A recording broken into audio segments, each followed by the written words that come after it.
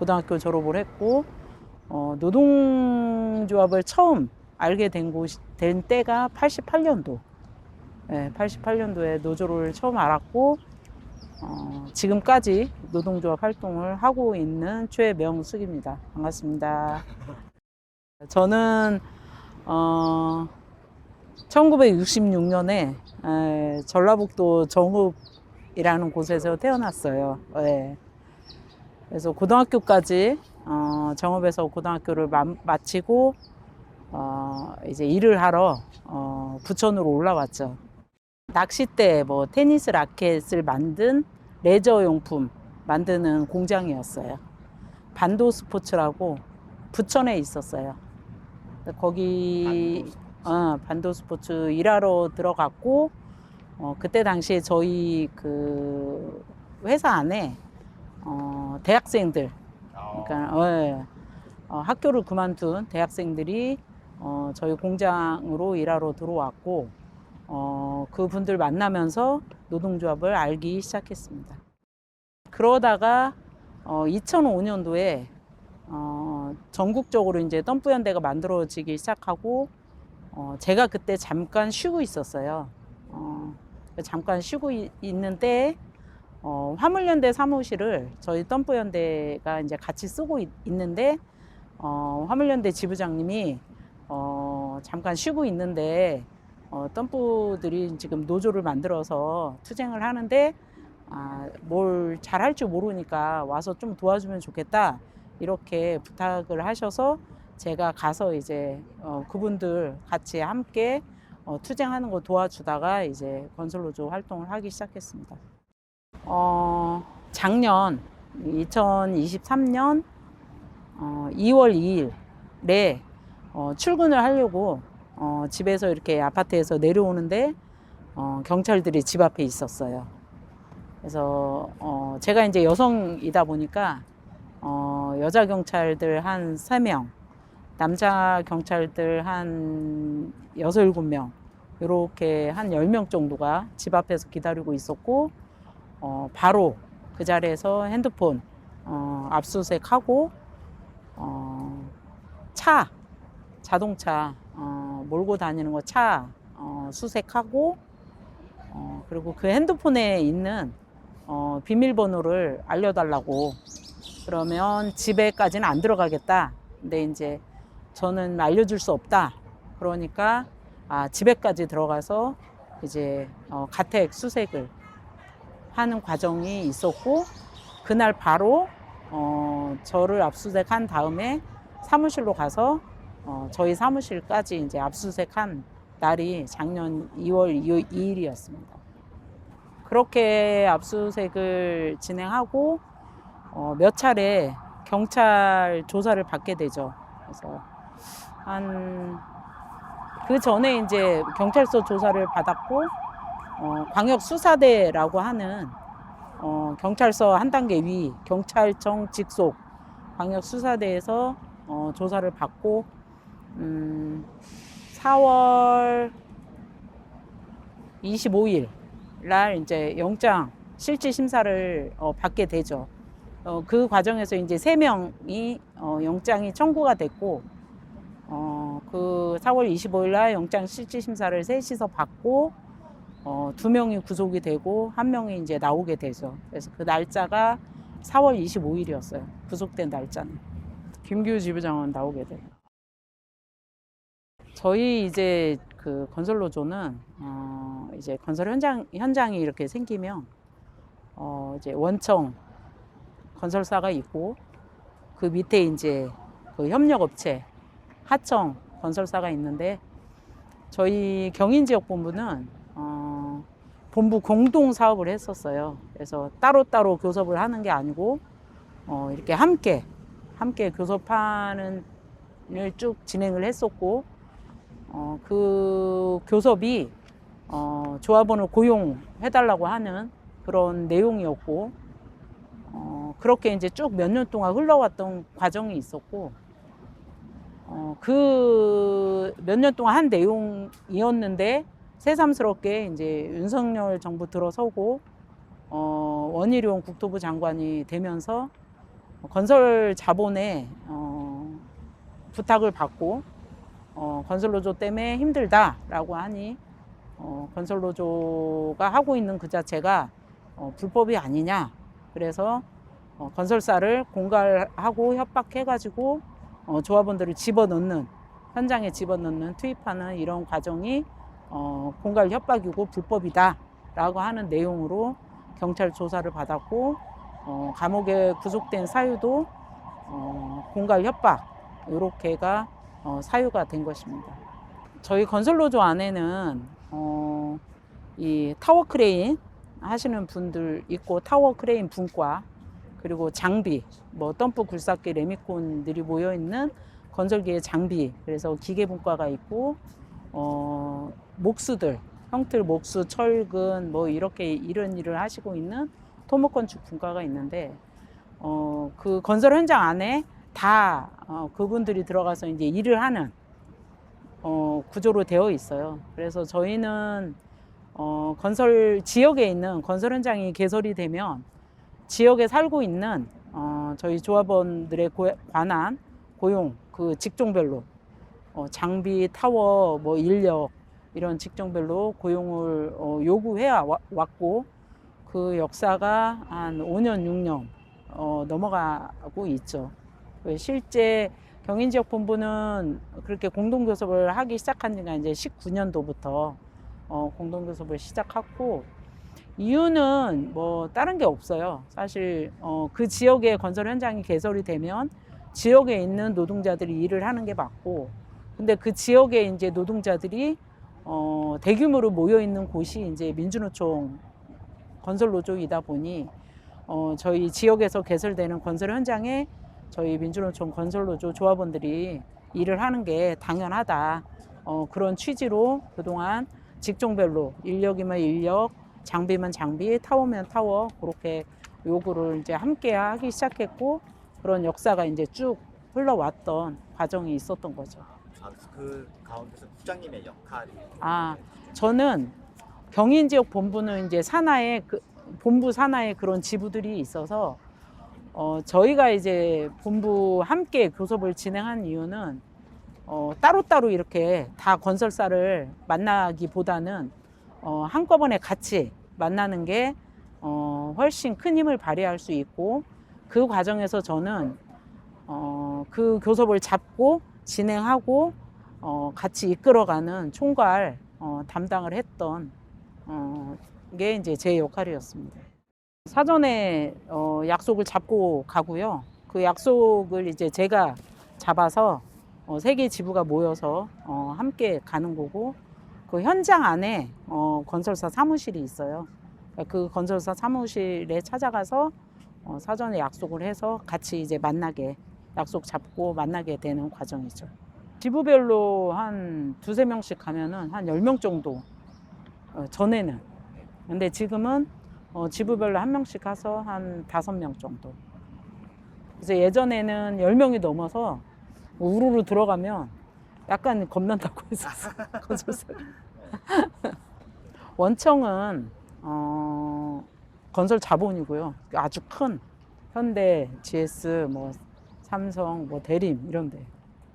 그런 데고, 하청들은 이제 그 밑에 원청 밑에서 작업하는 타워 따로, 뭐 토목건축 따로, 토목업체 따로, 장비 따로, 이렇게 따로따로 하청 회사들은 만나는 거죠. 원청은 이제 큰 회사고. 교섭을 그렇게 뛴 것도 기계지부 있을 때부터 했으니까 얼추 한 15년? 15년, 17년? 내가 지금 19년 됐잖아, 건설로죠. 18년, 19년? 그리고 이제 몇 년 동안 만나면 이제 회사가 또 이쪽에서 이쪽 지역으로 오기도 하고, 또 이쪽에서 만나기도 하고, 그래서 다 이제 이런 관계들이 형성이 되지. 아는 사람들이 많아진 거지. 오랫동안 해서. 그거는 건설 자본의 이해관계와 정부가 맞아 떨어진 거고, 만약에 정부가 그렇게 개입하지 않았다고 하면 노사관계가 그렇게 안정적으로 쭉 이어져 갔을 것 같아요. 근데 정부가 이제 개입하면서 노사관계가 다 틀어졌고 그 이후로 탄압 이후로 만나는 것 자체 이런 것들을 전면 이제 부인하게 되는 이런 과정이 있고 전화도 하다못해 잘 안 받고 이런 과정이 있었는데 최근에 조금씩 다시 교섭을 하기 시작했고 제가 이제 1월 달에 나왔거든요. 1월 달에 나왔는데 다시 그 원청 큰 회사 원청 교섭을 시작한 지 지금 한 달이 넘었어요.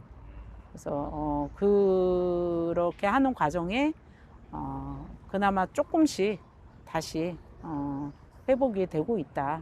조금이지만 뭐 그렇게 그래서 건설사가 개인적인 뭐 이해관계가 있다라기보다는 이 정부의 탄압을 등에 업고 그간에 이제 잘 지냈던 노사관계를 다 틀어버리는 그런 과정이 있어서 개인의 그런 판단이나 이런 문제는 아니었고 전체 흐름 속에서 건설사도 그렇게 할 수밖에 없었던 뭐 그런 이유가 있었을 것 같습니다. 지부에서 지부에서 각자. 그러니까 원청 교섭은 안 된 거지.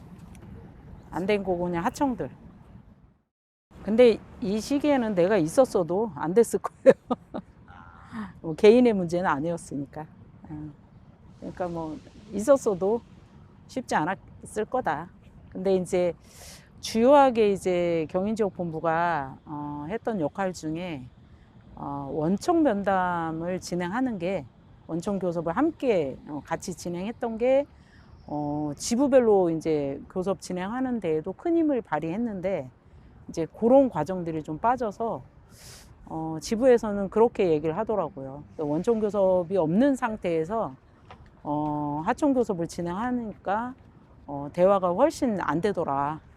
근데 이제 지금 제가 나와서 다시 이제 원청 교섭을 하고 나서 이제 하청 교섭은 진행하지 않는데 그렇게 제가 직접 하청 교섭 진행하지 않아도 본부 차원에서 원청 교섭을 진행하니까 훨씬 하청 교섭 진행하는 게 용이해지고 있다라고 하는 평가들은 얘기를 하더라고요. 지부에서.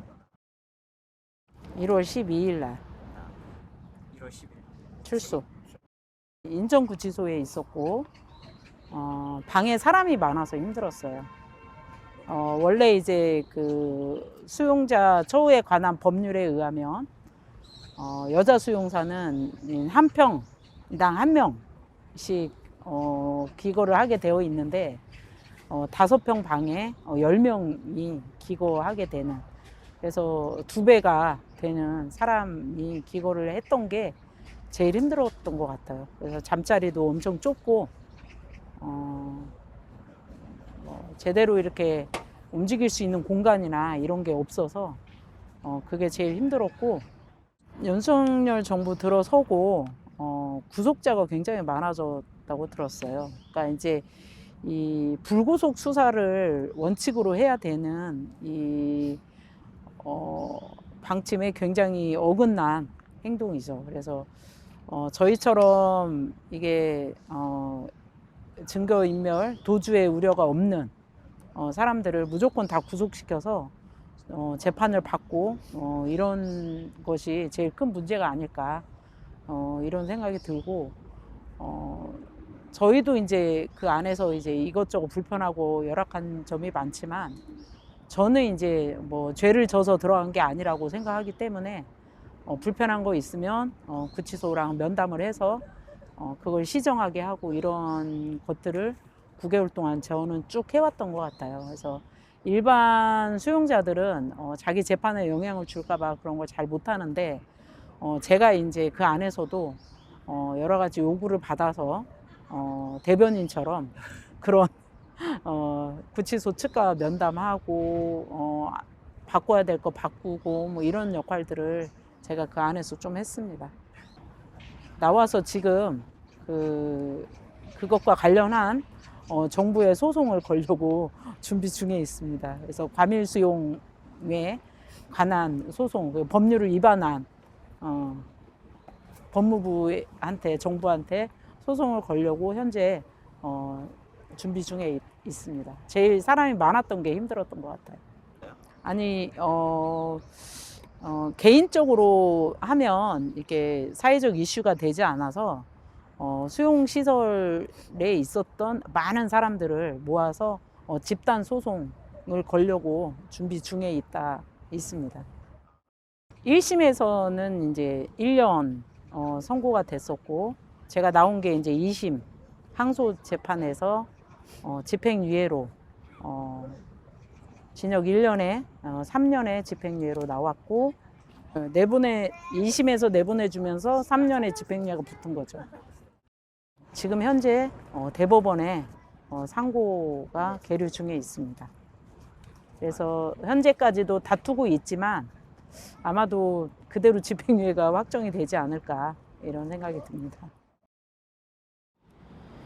사실 그동안 이렇게 현장에서 이제 교섭을 하기 이전에 건설 현장에는 저희는 이제 죽음의 현장이라고 얘기를 해왔고, 하다못해 이제 8시간 노동도 지켜지지 않고 10시간 노동을 했었고, 하루에 2~3명씩의 건설 노동자들이 매일 산업재해로 사망을 하고, 체불도 많았고, 일을 하고 돈을 못 받거나 이런 경우도 많고, 그런 죽음의 현장에서 이제 건설노조가 활동을 하면서 체불도 줄어들고, 노동 시간도 단축되고, 임금도 오르고, 이런 활동, 그 현장에 이제 우리 조합원도 들어가서 일을 하게 되고, 이러한 현장으로 이제 많이 바뀌었어요. 그동안 한 현장으로 보면.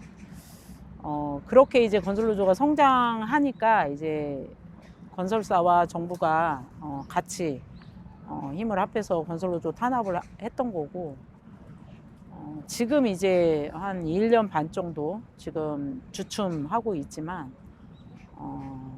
계속해서 이런 활동을 해야 한다. 지금 이제 1년 반의 건설노조 탄압이 진행되는 사이에 다시 좋아졌던 현장이 옛날로 다시 돌아가고, 체불도 많이 생기고, 조합원들은 임금이 더 떨어지고, 많은 좋아졌던 현장이 이제 다시 후퇴되는 과정이 지금 벌어지고 있는데, 저는 뭐 이렇게 탄압에 굴하지 않고 이러한 그동안 이제 건설노조가 해왔던 올바른 건설 현장을 바꾸고자 하는 그런 활동들은 계속 되어야 한다.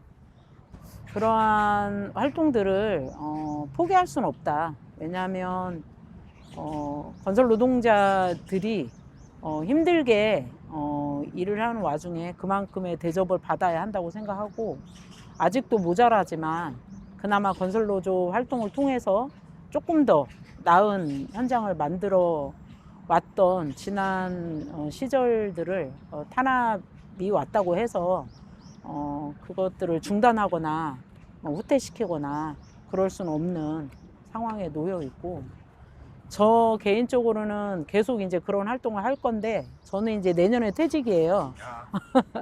내년에 퇴직이어도 퇴직하고 나서도 할 수 있는 역할을 제가 쭉 이어서 나갈 생각을 하고 있습니다. 그래서 조금 좋아졌던 그때 건설 현장을 다시 찾고 그거보다 더 나은 건설 현장을 만들기 위해서 쉬지 않고 끊임없이 활동을 해야 하지 않을까 이런 생각이 들고, 또 하나는 건설노조만 잘 되게 해서 세상이 바뀌는 게 아니기 때문에 이 사회에 불합리한 것들, 사회적인 문제, 노동자 문제, 이런 문제들까지 다 같이 바꾸는 활동들을 아마도 앞으로도 오랫동안 하지 않을까 이런 생각이 듭니다.